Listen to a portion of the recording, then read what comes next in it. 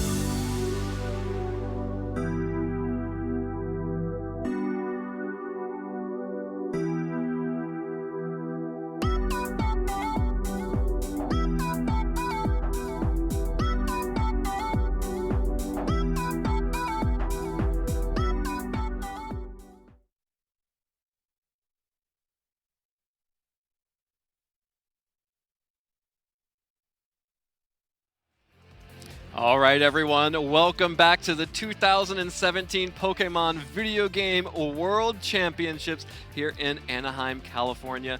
My name is Evan Latt, and it is time for the top 4 matches. And who better to be beside me at the desk than the man, the myth, the legend, Ray Rizzo. Evan. It's getting late. It is getting late, but these are some of the most important matches we're going to see of the entire event. We got to be hyped. You're right. I got to save all my hype for the games. It's not about you anymore, Ray. It's about the new breed of world champion. It was about me like 5 years ago. Not anymore. Yeah, and now it's about Paul Ruiz and Sam Pandelis. Paul Ruiz representing Ecuador in the top 4. The first time Ecuador has made it to the top cut, let alone the top 4. Against Sam Pandelis from Australia. A really great showing here for the Australian region as well, for the Asia Pacific region. Both of these players competing for a spot in the finals, who will be competing for the first time either an Ecuadorian or an Australian could become the world champion. Yeah, so this is really exciting if you're from one of these regions or a fan of one of these regions or even just a supporter of either of these players because, you know, this is the biggest moment to date in either of their careers. I mean, just getting to the finals alone is just such a huge, huge accomplishment, and it gives you the chance to play on stage in front of tons and tons of people and really show your stuff and prove that you belong in the finals at the World Championship. All right, here is Paul Ruiz representing Ecuador on your screen. We just saw him take a convincing win 2-0 in his top 8 match. Of course, using that Salamence and Snorlax very effectively, supported by the Alolan Marowak and the Celesteela. Also has that Tapu Koko and that Persian we had not seen in the previous matches. May see them in this one. Of course, he has a multiple event champion, the regional championship, special events, and top 16 at the Latin American Internationals, adding a top 4 position at Worlds and possibly even finalist and world champion if he can win a few more games. Yeah, so really interesting team there. He's got multiple setup Pokemon with the Salamence, with the Snorlax, and multiple ways to protect them. Marowak can draw away any dangerous electric moves. Persian as well provides some support with the likes of Fake Out or Parting Shot, maybe even a tech move like Quash. It has so many possible support options. Tapu Koko as well. Usually you see a much more damaging Tapu Koko, but some Tapu Kokos elect for something like a Sky Drop to allow your Pokemon to set up even more. All right, and his opponent is Sam Pandelis representing Australia, the regional champion in 2016 in Australia, top 16 at Worlds as well last year, improving on that position quite a bit here with the top 4 position. Of course, he also played very well in the national championships in 2016 and top 32 in 2014 in the Australian National Championships. 2016, really a big year for this player, and now a top 4 Worlds position here in 2017. That is huge for him. Yeah, he's definitely a very accomplished player, as you see there. He had a great performance at Worlds last year, does even better this year, but is hoping to improve upon the top 4 that he has right now, make it to the finals, and hopefully become world champion. Yeah, and he will be relying on the Tapu Lele and Mandibuzz core alongside the Alolan Ninetales, Arcanine, and Garchomp, and that Ultra Beast Xurkitree that no one was using at all during the season and now has made it to top 4 at Worlds, and we've seen it a number of times throughout this tournament. Yeah, we have another kind of team that has multiple setup potential with the likes of Xurkitree with Tail Glow or Garchomp with Swords Dance. But then you have the support coming out from Intimidate from Arcanine, Tailwind from Mandibuzz. Ninetales is known for setting up that Aurora Veil, making it so difficult to take out. Yeah. You know, even Xurkitree becomes such a bulky monster, especially after it gets a Tail Glow. I mean, it's so tough to take out, and it just threatens so much damage. Yeah, I mean, if that Xurkitree is able to get set up, then you have to imagine Paul is going to have to hope and pray that Marowak can stick on the field and just redirect all of those electric-type attacks away from its partners. Otherwise, Xurkitree might have a very easy time of this one. But as we saw in our last top 8 match, Paul has shown that he is very good at identifying board states, able to maintain the type of positioning that he needs in order to protect his setup Pokemon. He's going to be really challenged by Sam on this one. Yeah, he really is, because it's going to be very, very difficult to deal with this Mandibuzz in particular. You have Tapu Koko, but when the opponent has the likes of Xurkitree, which benefits from the electric terrain, it's always risky bringing Tapu Koko, and there's even a Tapu Lele, so depending on what terrain is up, if Psychic terrain is up, Tapu Koko is just not threatening enough damage, especially since Mandibuzz is going to be carrying the Psychic Seed. It's just so difficult to take out. Salamence is going to need to get set up, I think. Try and get that Flyinium Z off, that Supersonic Sky Strike into the Mandibuzz slot. Maybe Snorlax getting set up, that's another option, but then you have to watch out for foul play. So this Mandibuzz is going to be really, really tough to take out by Paul. I think he's really got to focus on that. It's going to be tough, it looks like. Absolutely, but this is the top 4 at Worlds. If it were an easy matchup, it would have happened 2 days ago. That's right. Both of these players really intensely preparing for this matchup here. You can see Sam on your screen. We are looking over Paul's shoulder. Really means a lot to both of these players to make it to top 4, not just for themselves, but for all of their supporters and friends back home. In the break, I was on my cell phone on the Twitter app, reading some of those hashtag play Pokemon tweets out there. A lot of support for both of these players, and no matter what, one of them is going to make some people very happy. Yeah, but no disappointment in losing in the top 4 because that is such an incredible accomplishment. But when you're at this point, when you're at this stage, you don't even think about the what if I lose, you know. You think only about how close you are to becoming world champion, and you think of nothing else but that. Stop at nothing but becoming the world champion.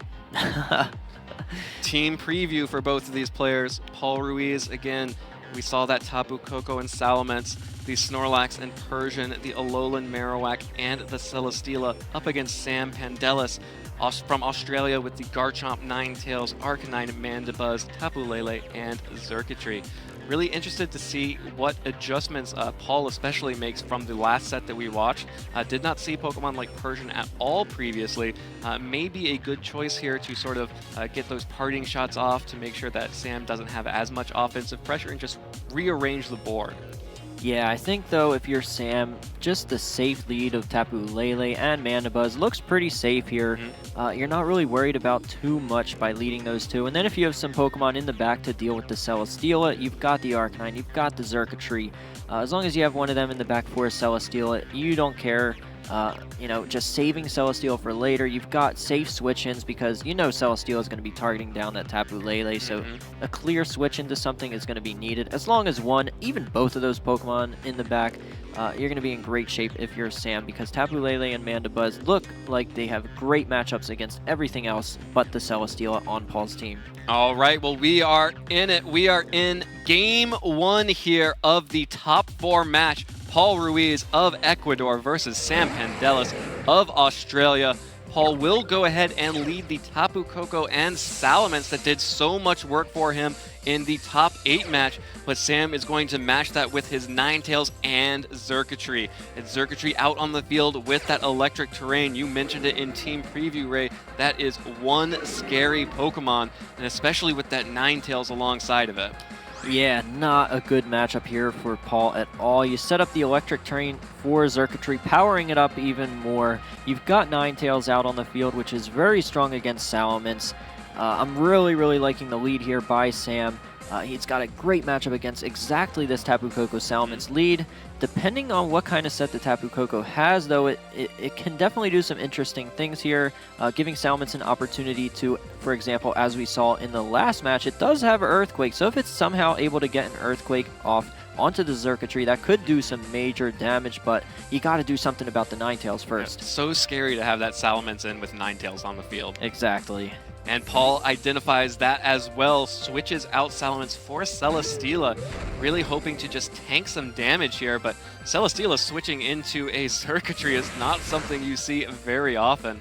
A lot of damage from that Tapu Koko onto Ninetales with the Volt Switch, so Paul will be able to continue to shuffle around his Pokemon here, showing Sam all of the Pokemon that he has in his roster this time around. Of course, that Alolan Marowak had to be the choice if Paul was going to bring this Celesteela as well against Xurkitree. Ninetales able to set up this Aurora Veil, though, which will make sure that that Xurkitree, which is getting a huge special attack boost from the Tail Glow, is well protected from both of Paul's Pokemon.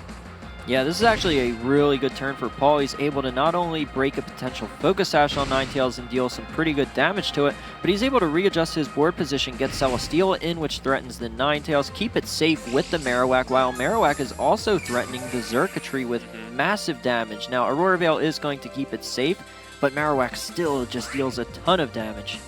Yeah, Marowak with that thick club has always done a lot of damage ever since that item was introduced into the game, occasionally even doing too much damage, rolling over and dealing no damage at all.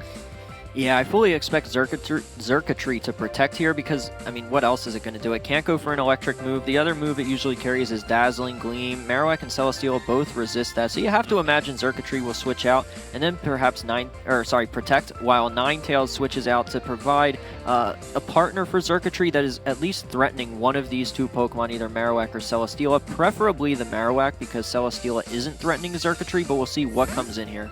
All right, Ninetales will switch out for Arcanine, getting the Intimidate off onto both the Celesteela and the Marowak. The Intimidate plus that Aurora Veil going to make sure that Paul's damage output is minimal here. Even if Xurkitree can't deal that much in return. Dazzling Gleam will connect with Marowak and Celesteela, actually dealing a not insignificant amount of damage thanks to that Tail Glow boost. Shadow Bone from Marowak dealing less damage than the Dazzling Gleam because of that Intimidate and because of the Aurora Veil, as Celesteela gets a Heavy Slam off onto Arcanine. That's a critical hit, going to make sure that it deals full damage. It is the one risk of having all of this Aurora Veil and Intimidate. Yeah. Are still critical hits. Yep, of course, but still a good position here for the Arcanine. The Intimidate's going to help a lot, and you threaten the Celesteela now. Marowak can't protect it from a Flare Blitz. Meanwhile, though, I do like the double target there by Paul because like I mentioned, you kind of expect Xurkitree to protect, but even though it didn't, that Dazzling Gleam did negligible damage, really not a lot, and Ninetales, a lot of times it doesn't carry Protect, so you're pretty safe doubling into that slot, so I really like the combination there of the Shadow Bone and Heavy Slam. Gets Arcanine a bit lower, which is a threat to both of these Pokemon, but still, that Xurkitree is set up, you've got to preserve the Marowak, but if you can, then you are going to become able to take out the Xurkitree, which is going to be needed. So you got to preserve this Marowak here if you're Paul. All right, well, Paul is opting to preserve the Celesteela this turn, protecting Celesteela while Xurkitree fires off another Dazzling Gleam. Will connect with the Marowak. You say Marowak takes negligible damage from that Dazzling Gleam, but it'll only take one more, and then Xurkitree will be free to fire off all of its Thunderbolts. May not even need it as the Flare Blitz connects with Marowak, picks up the KO there, and Paul, without a Marowak on the field, Sam Pandelis correctly identifying that Celesteela would be trying to protect itself this turn, making those reads, taking out the Alolan Marowak, and this Xurkitree has no checks anymore. Yeah, Sam recognized that Marowak was the one thing standing in his way from victory in this game number one. Decides to double target the Marowak, which was very, very smart. From Paul there, though, I would have loved to see him try and conserve that Marowak with something like a Protect. Now, Celesteela really isn't threatening a whole lot, so I don't know about switching it out. You don't want to go into either of the Tapu Koko or Salmons because Dazzling Gleam is still going to deal a ton of damage to those, so maybe just try and get some chip damage onto Xurkitree, maybe something like a Leech Seed, at least something. I really would have loved to see Marowak Protect. Try and stick around longer because you do need that if you're going to be able to take out the Xurkitree before it just sweeps your entire team because it's still very, very healthy. Yeah, absolutely. It has not taken, I don't believe it's taken any direct damage yet. Yeah, just only that the hail. Yeah. All right, well, Paul using his full move time to reevaluate his positioning, reevaluate what his game plan is now that Marowak is off the field. Decides that Salamence is his best shot at bringing it back here against that Xurkitree, but again, we've already seen it show that Dazzling Gleam, and Dazzling Gleam is dealing a lot of damage to a Marowak that resisted it. Salamence does not quite resist Dazzling Gleam.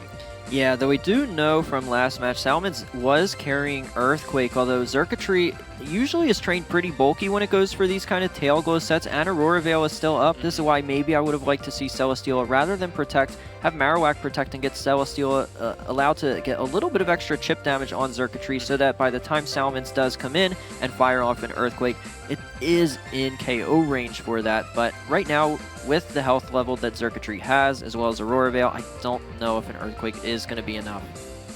Yeah, and Paul really needs it to be enough. the Circuitry and this Arcanine, threatening both the Salamence and the Celesteela. Arcanine opting just to support its pal Circuitry. Celesteela shows Wide Guard, though. That's huge. Showing the Wide Guard, which will allow Salamence to be protected from a Dazzling Gleam. Also, Salamence showing that it can move before the Circuitry here, get off an Earthquake. If it can get 2 Earthquakes off, that might be a really big deal. Dealing not that much damage to Circuitry. Circuitry goes for the Thunderbolt, though. Just going to try and take the Salamence out with the Thunderbolt this time around. Doesn't even need the super effective damage because it's gotten all of those boosts. Yeah, really smart there by Sam. Recognize that Celesteela, probably carrying that Wide Guard, elects to go for the Thunderbolt, combined with the Helping Hand. That's going to guarantee the knockout onto Salamence. Absolutely. Great play there, because you know Celesteela is not threatening either of these Pokemon, and you know, thanks to that Aurora Veil and just the natural bulk of Circuitry, it's able to take that Earthquake very well. And at this point, there's just not enough firepower on Paul's side to take out Sam's remaining Pokemon. All right, well, Tapu Koko, the final Pokemon for Paul's side, really needs to get this Circuitry off the field. Celesteela not going to be able to Wide Guard away a Thunderbolt against itself. Tapu Koko probably not having enough damage to deal with all of these Pokemon with just something like a Dazzling Gleam. Is what you really want to do when you have when you get multiple KOs. It's going to need like Dazzling Gleam, double critical hit or something. Well, you know, there's always a chance. There is always a chance. Well, Tapu Koko goes for the Dazzling Gleam here.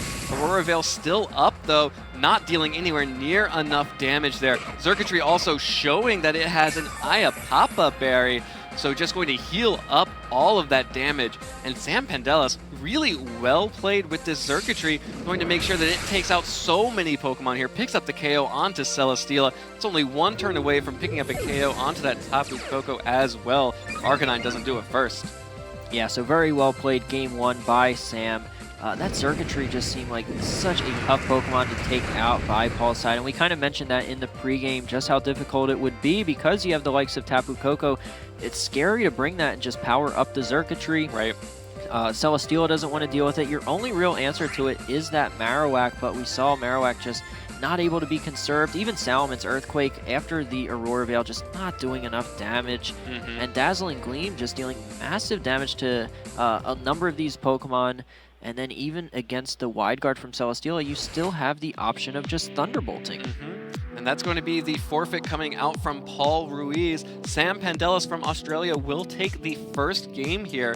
A really well-played set there from Sam. I think the really big part of this was that Paul didn't really have a way to, rearrange the turn order in some of these matches. He kind of left, in some of these setups, he kind of left himself at the whim of, just the natural speed of some of these Pokemon. You might want to see something, coming out from Persian, even just like a fake out pressure to, change the way that Sam is thinking when he's trying to set up these Pokemon.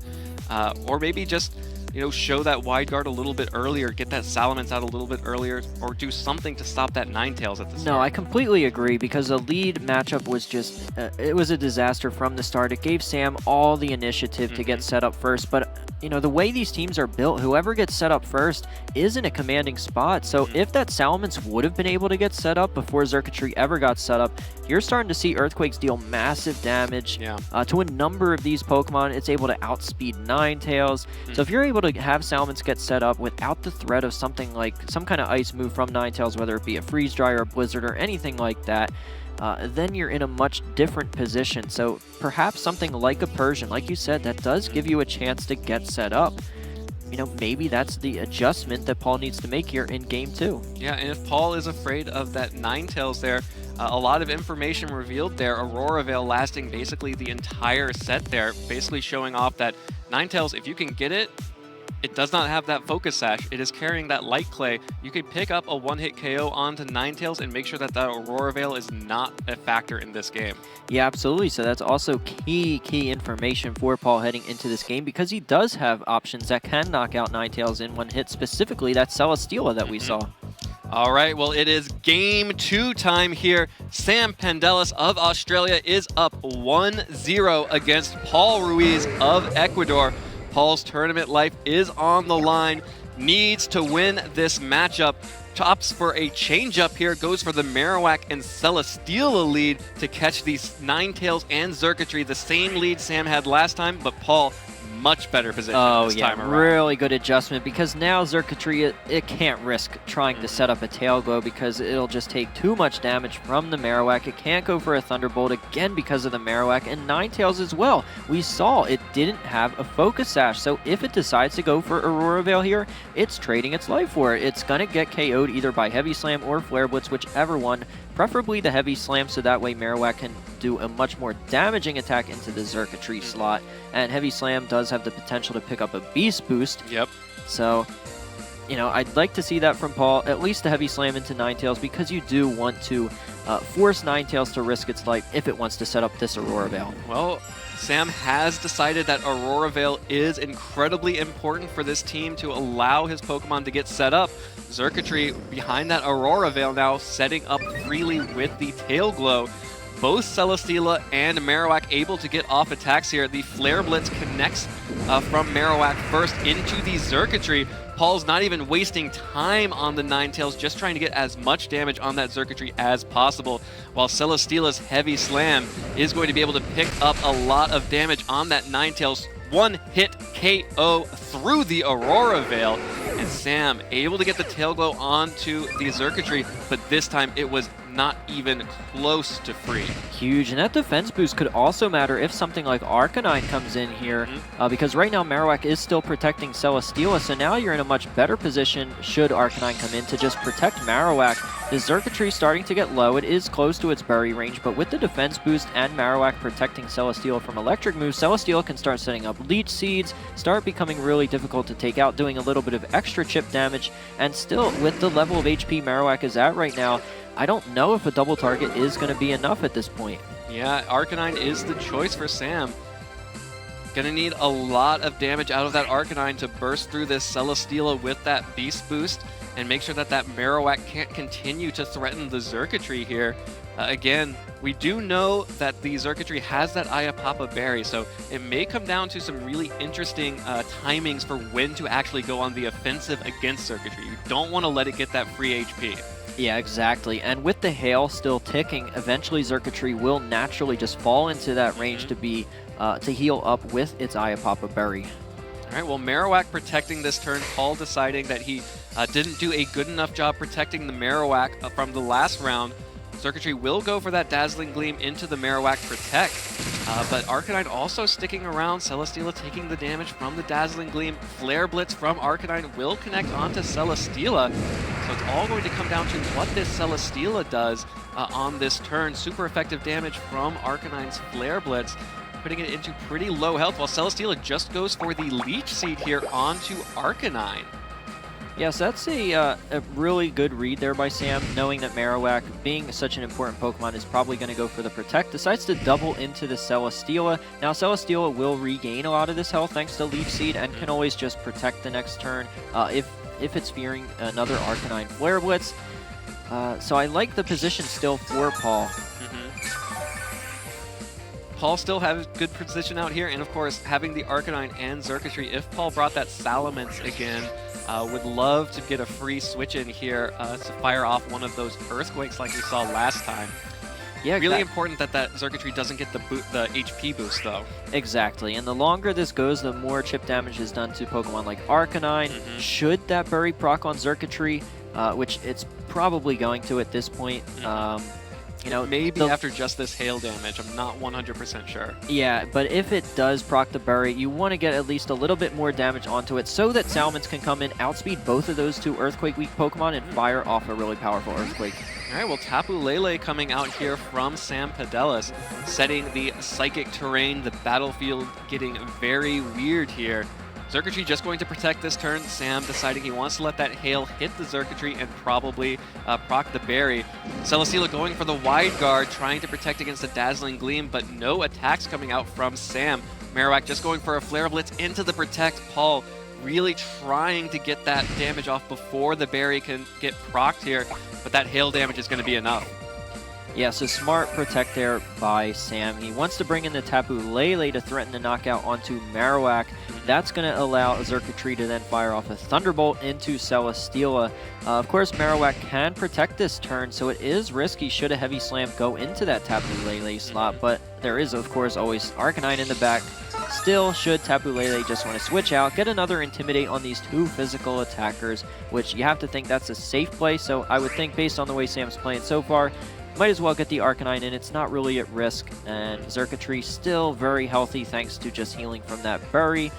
Seems like a pretty safe play. Yeah, one of the interesting things about this game, however, is that by the time Aurora Veil had ended in Game 1, Sam had basically already won the game.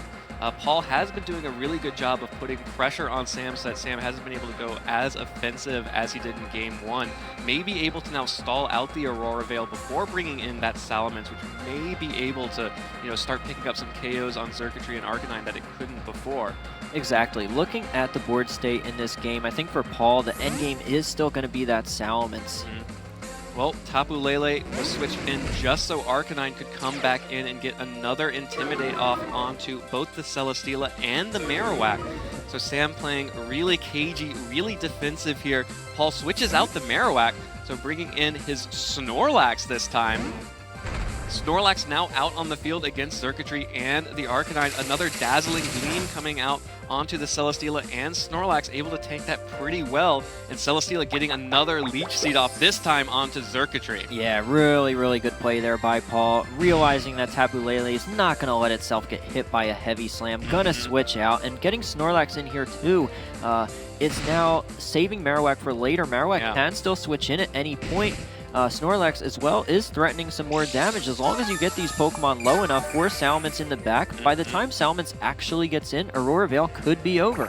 And actually, by setting up this Leech Seed, Celesteela is also potentially, and switching out the Marowak, potentially setting up a way to get more recovery on that Marowak to keep it even safer. Exactly. Should Celesteela switch out this turn too, Marowak that may be able to survive. Should Xurkitree go for a Dazzling Gleam and Arcanine try and Flare Blitz that slot, Marowak should still hang on, but if not, then you're healing Marowak back up, and Marowak is a pretty bulky Pokemon and tough to deal with for these two Pokemon. You can only deal with it with the Tapu Lele with what Sam has remaining, so this is going to be a really, really interesting turn here, and I really like Paul's positioning. All right, well, Paul will retreat Celesteela for Marowak, wants to try and get Marowak some of that Leech Seed action. Xurkitree goes for the Thunderbolt. Finally, Marowak's Lightning Rod is going to redirect an Electric-type attack. That's actually the first time I've seen that happen the entire tournament so far. Arcanine with the Flare Blitz will also connect with Marowak and deal a little bit of damage back. Not very effective. Gets the recoil. Snorlax has the high horsepower, but misses again. The second time Paul's Snorlax's high horsepower has not connected with its intended target. But Marowak now in against that Xurkitree. Would have loved to have gotten that high horsepower. Would most likely have picked up the KO there. But Marowak is still going to be able to stick around, annoy that Xurkitree, get some recovery as Xurkitree sticks around, and if not, that Snorlax can potentially threaten something else. Yeah, that's still big though. Paul's still in a good spot with this Snorlax. Yeah, the helping hand coming out from the Arcanine onto Xurkitree while Marowak protects.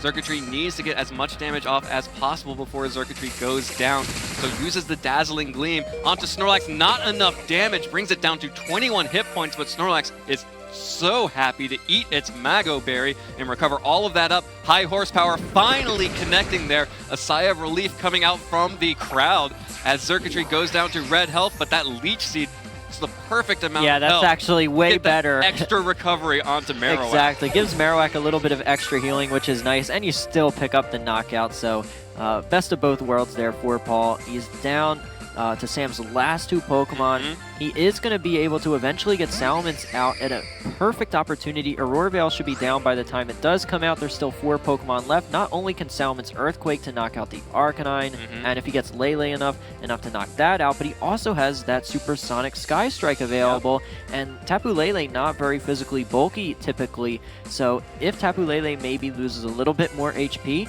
that's also going to be in KO range from a Supersonic Sky Strike, especially since Salamence does doesn't have to worry about Arcanine at all when it comes to being damaged by it. Yep, still 2 more turns of that Aurora Veil, but Sam needs to make the most of the damage while he has it. Helping hand from the Tapu Lele, the double protect coming out from Marowak. Marowak protected right here, gets the Psyshock into the protect. Marowak is safe, Snorlax uses Facade, gets the damage off onto Tapu Lele. A critical hit. Paul Ruiz is waking Latin America up and ready to take this second game. Yeah, now Psychic Terrain is gone, so Tapu Lele's damage output is going to be even lower, and the lower its HP gets, the easier it's going to be for Salmons to clean up in the late game. At this point, Paul's really just looking at getting these Pokemon into Earthquake KO range. Failing that, just trying to clean up with his 4 Pokemon against Sam's final 2. Yeah, he really only has to get Tapu Lele into KO range from Supersonic Sky Strike because, you know, Arcanine doesn't threaten damage to Salmons at all. So as long as he gets Tapu Lele low enough, the game is going to be over. Yeah, well, Tapu Lele getting the Helping Hand boost, but only able to target one of these Pokemon at a time with that Psyshock, is going to target down the Marowak, pick up the KO finally this time on the Alolan Marowak. Snorlax's high horsepower is going to connect this time with the Arcanine, maybe expecting a protect from the Tapu Lele, but dealing some damage to Arcanine and getting it down to its berry percent. Yeah, Marowak completely did its job in this match, and there's the Aurora Veil. Finally gone. Ended. Now's the time for Salmons to make its appearance and just clean this match up. Man, so strong that Light Clay from the Ninetales. Having that Aurora Veil up the entire game really made a big difference and kept Sam in it. But Paul making some incredible adjustments from that first game, showing how he made it here into the top 4 and looking in a very good position. Oh, absolutely. And it's so tough because we mentioned the Light Clay on Ninetales, keeping Aurora Veil around even longer. It's so tough to survive that many turns, though, against threats like Xurkitree with the Tail Glow up.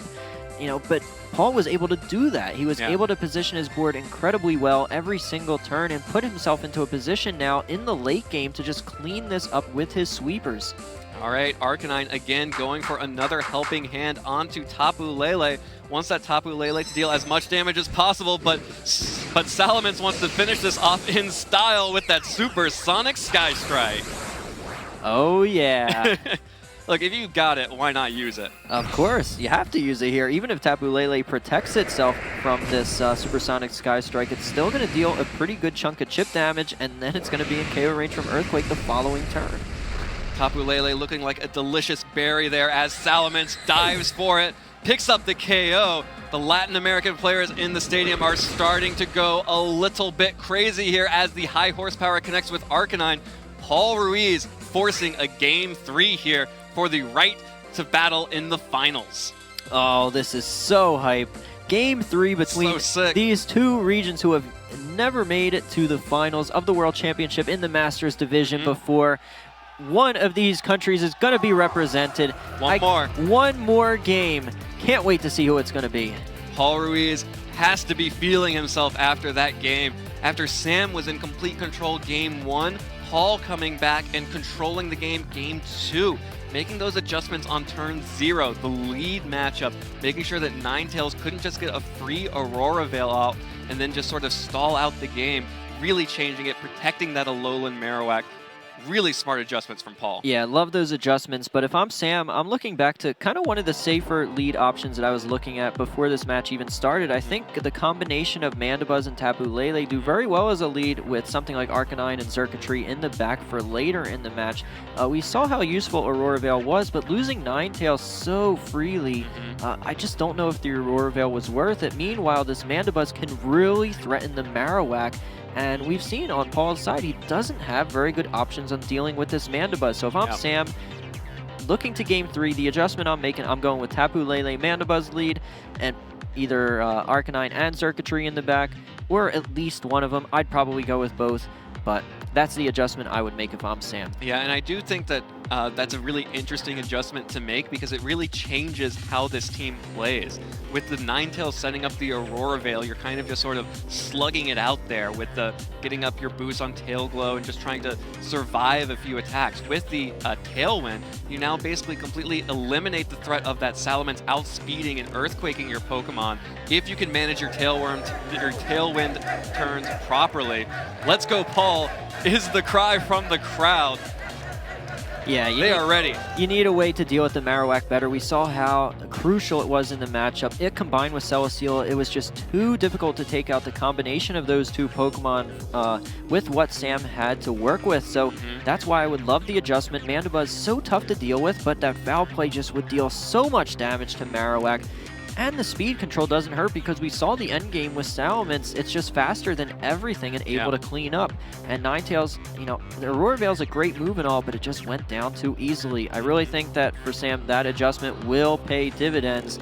But it's also entirely possible for Paul to shake things up here in Game 3, maybe expecting Sam to no longer lead with that Xurkitree Ninetales because he just hard countered it. The combination of Celesteela and Marowak in game number 2, it put him in such a great position starting immediately from turn 1. All right, here we go. Game 3, top 4. Australia versus Ecuador. Sam Pandelis versus Paul Ruiz. Our crowd is on its feet. Listen to that crowd. Oh, holy moly. You would not believe that it is 10:30 here in Anaheim.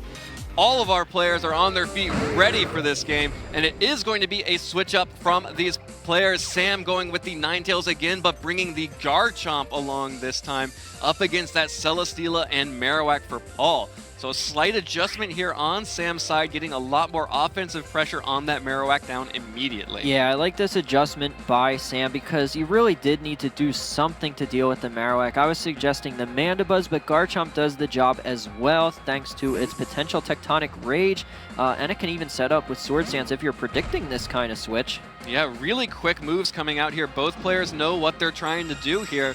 Marowak switches out for Snorlax. Ninetales gets its Aurora Veil up again, and Garchomp does go for the Swords Dance. That is a really scary land shark right about now. Celesteela will be able to pick up the KO on this Ninetales again with the Heavy Slam, but now it's the Garchomp boosting alongside the Ninetales, not the Xurkitree, and that is a much better matchup against that Marowak. Yeah, this is big. Even though Celesteela is getting the defense boost here, if Sam has something to deal with Celesteela in the back, whether it be Xurkitree, whether it be Arcanine, you know, Marowak coming in here is now no longer an option because this Garchomp is just too threatening. Completely covered. Exactly, and Celesteela, not a Pokemon known for being able to deal a whole lot of damage. Snorlax as well needs to get set up to be able to deal a lot of damage, so Garchomp, full HP, has the Aurora Veil up, has the Swords Dance boost, is in a great position here to clean up game number 3, especially alongside the Xurkitree. All right, Xurkitree out on the field for Sam. 2 huge offensive threats on Sam's side, staring down 2 huge defensive threats, the Celesteela and the Snorlax. But that Garchomp getting that crucial Swords Dance, exerting so much pressure against Paul's side. Yeah, and I don't even know if you can switch at this point. You might have to try, but it's going to be so difficult. But here, a Rock Slide coming out. Garchomp just going for a Rock Slide. No switches coming out from Paul's side. Xurkitree does get a Thunderbolt off. This time onto Celesteela. No Tail Glow. No Electric Terrain. Celesteela still survives, but Xurkitree avoids the Leech Seed. Not going to take any of that damage. Not going to be healing back up that Celesteela. Snorlax's Facade into Garchomp does negligible damage. Just about as much as the Rough Skin dealt back. Yeah, that was a very low amount of damage to a Pokemon as bulky as Garchomp, especially with Aurora Veil up. And even Leech Seed, I don't know if connecting with that would have ended up mattering because, you know, the Celesteela just lost way too much of its HP. Snorlax as well is in such a low range, and it's not threatening damage here. The combination of these two Pokemon are just, they're putting out way too much pressure for Paul to deal with here at this point. It's going to be really tough to come back from this. And there is still an Aurora Veil up. Yeah, that's so hard to try and break through because these two Pokemon do become quite bulky, especially we saw Xurkitree does have the Bury should it even get low enough. Right now, it's not even close to getting low enough for the Bury, but if it does get to that point, it's just going to heal all the way back up. Absolutely. Paul Ruiz needs a break here, needs something if he is going to keep his tournament alive. Sam Pandelis has to be seeing victory in his sights. Still early, but having both the Xurkitree and the Garchomp out relatively safely is a huge moment for this team. Rock Slide into the Protect, Celesteela not taking damage, but Snorlax will. Going to take a lot of damage from that boosted Rock Slide. Does put Snorlax into the berry percentage though, so we'll be able to recover all of that health right back and survive a potential Thunderbolt. Oh, Xurkitree's just going for Tail Glows, and now both Xurkitree and Garchomp have boosted their attack. High Horsepower is decent damage, but under that Aurora Veil with no critical hit. Heard some of the players out there hoping for it, but not getting it. Xurkitree in a strong position here. Yeah, now both of these Pokemon have boosted stats, ready to take out some KOs. Garchomp is incredibly fast as well. It is naturally faster than Salamence, so even if something like Salamence is in the back, it's going to be really tough to deal with Garchomp, especially through the Aurora Veil. And you've got Xurkitree left. Marowak doesn't want to face down the Garchomp. While it is strong against Xurkitree, just not a good position right here for Paul. Sam has played this early game fantastic. He's got his key sweepers set up. If Paul can somehow hang on and get these Pokemon low enough, then maybe in the end game he can somehow pull through again like he did in game 2, but it's just going to be so difficult at this point. He's already got Celesteela low, Snorlax. It's taking way too much damage from these boosted Looks Pokemon. like Paul's taking a risk here, switches out Celesteela for the Marowak. Has the fingers crossed. Snorlax also switching out for Salamence, getting that Intimidate off onto Garchomp. But that Xurkitree does have the option of a the Dazzling Gleam rather, which would pick up the KO onto this Salamence. Actually going to be the Tectonic Rage coming out from the Garchomp. Did it catch the Marowak on the switch in? You have to imagine it's towards that Salamence slot, which it is. If this is a Thunderbolt, no, it's a Dazzling Gleam. Smart play there by Sam. Covers both options there. It absolutely does. So fantastic play there by Sam. And now the main sweeping option for Paul in the late game goes down. That was his one chance there to try and get Salamence in and able to pick up knockouts, hoping that it would be faster than the Garchomp and getting a Supersonic Sky Strike off onto it before it can attack. That was his one chance.